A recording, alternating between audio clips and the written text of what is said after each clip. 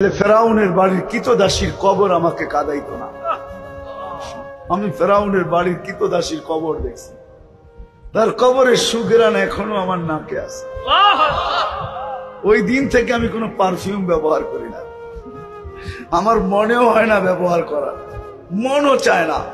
আর ব্যবহার করলেও মনে হয় ভিতর থেকে ধিক্কার দেয় যে ওই ঘ্রাণ শোনার পরে তুই মানুষের বানানো পারফিউম কি করে ব্যবহার করিস।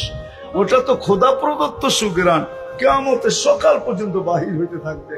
যে সুঘ্রাণ দেখা মেরাজের রাত্রে আল্লাহ রসুল দাঁড়ায় গেছে, বলছে ইন্নি আজিদু রিহা জান্নাহা হুনা। আসেন, কথা শেষ জায়গায় চলে আসছে, আসেন ভাবি, চিন্তা করুন, তাইলে বিকাশ ঘটবে যে আমি প্রস্তুত কতটুকু, প্রস্তুতি কতটুকু। কি ভাবতে রাজি? হ্যাঁ, কে কে রাজি দেখি? হ্যাঁ, নামান আল্লাহ উম্মতের জন্য সহজ করছেন, বেশি কিছু করতে হবে না, একটাই যদি করতে পারি তাহলে যথেষ্ট। এই উম্মতের জন্য সহজ। আমি তো শুনাইতেই পারলাম না, এমন গরম, জানি না আবার কখনো আশা হয় কি হয় না। যদি আশা হয় তাইলে হয়তো শোনানো যাবে যে আমরা উম্মত, কোন উম্মত, আল্লাহ আমাদেরকে কি ফ্যাসিলিটি দিয়েছে, আমরা কি পাইছি নবীজির কারণে। বেশি কিছু লাগবে না। আজকে যদি এই মজমা, এই যুবকরা প্রতিজ্ঞাবদ্ধ হয় একটা কাজের উপরে, বাস একটা, ইমান তো আল্লাহ দিয়েই পাঠাইছেন, বিনা চাওয়ায় নবীর উম্মত বানাইছেন। একটা জিনিসের উপরে যদি আজকে অঙ্গীকার করতে পারি যে আজকের থেকে 5 ওয়াক্ত নামাজ কখনো ছাড়ব না, অঙ্গীকার বিলকুল, ওয়াদা পাক্কা, তাইলে আমি আপনাদেরকে সুসংবাদ দিতে পারি, ইদা সালুহা সালুহা সাইরুল আমাল। নামাজ ওকে, জীবন ওকে, নামাজ কমপ্লিট, জীবন কমপ্লিট। এই জন্যই তো হাদিসে আছে আউয়ালু মা ইউহাসাবুল আবদু ইয়াউমাল কিয়ামাতি আস-সালাহ ইদা সালুহা সালুহা সাইরুল আমাল। প্রথম আল্লাহ নামাজ দেখবে ওকে কিনা। নামাজ ওকে, সব ওকে, নামাজ ওকে, সব ওকে। আজকের থেকে নামাজ ছাড়বা। আল্লাহ রসুল দুনিয়াতে যেদিন পা রাখছেন, চাদরে রাখতে দেরি, সেজদা করতে দেরি করেন নাই। আমি তো বলি আল্লাহ রসুল সেজদা করেন নাই, মেসেজ দিছেন উম্মত নিয়ে আসছি, কিন্তু নামাজ নিয়ে আসছি, নামাজ আইসেই মেসেজ দিছেন। যাওয়ার সময় চিৎকার দিতেছেন আসসালাহ আসসালাহ।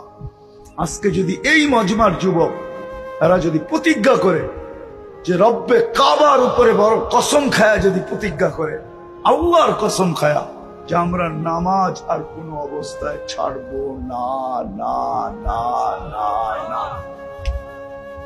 ছাড়বো। হ্যাঁ, আরেকটা জিনিস, দ্বিতীয় যেটা, সেটা হলো নবীর আদর্শ হক্কানি আলেমদের কাছ থেকে শিখব। আমি তোমাদের পায়ে হাত রাখা বলি, বিশেষ করে যুবকদেরকে, একটা নবীর আদর্শ হইল নিজের সঙ্গী বানায় নাও। একটা অনেক, একটা আদর্শকে সঙ্গী বানাও। যেমন চুল কাটা, যেমন ডাইন দিক থেকে সবকিছু করা, শার্ট পরো ডাইন আগে, ডাইন হাত আগে ঢুকাও, প্যান্ট পরো ডাইন পাও আগে ঢুকাও, জুতা পরো ডাইন আগে ঢুকাও। একটা আদর্শকে তুমি তোমার সঙ্গী বানাও। রব্বে কাবার কসম, হইতে পারে একটা আদর্শ।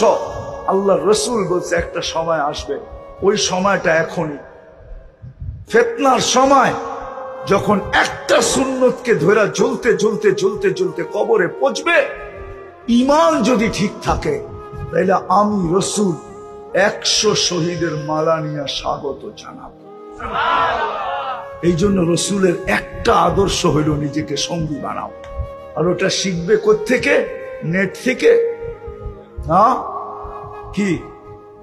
কিন্তু এই কথা তোমাকে অবশ্যই বলবো, আলেমের দিকে হাইটা যাওয়ার সওয়াব কোথায় পাবে? একটু বসার সওয়াব কোথায় পাবে? একটু দেখার সওয়াব কোথায় পাবে? একটা মুসাফার সওয়াব কোথায় পাবে? সম্পর্কের সওয়াব কোথায় পাবে? এই জন্য বলবো হক্কানি আলেমদের কাছ থেকে নবীর একটা আদর্শ হলো নিজেকে সঙ্গী বানাও। কি বলো, বানাইবা? কোন কোন যুবক ওয়াদা করতে পারে যে আমি বানাবো? একটা হলো বানাবো। আল্লাহ আমাদেরকে আমল করার তৌফিক দান করেন। ওমা আলাইনা ইল্লাল বালা।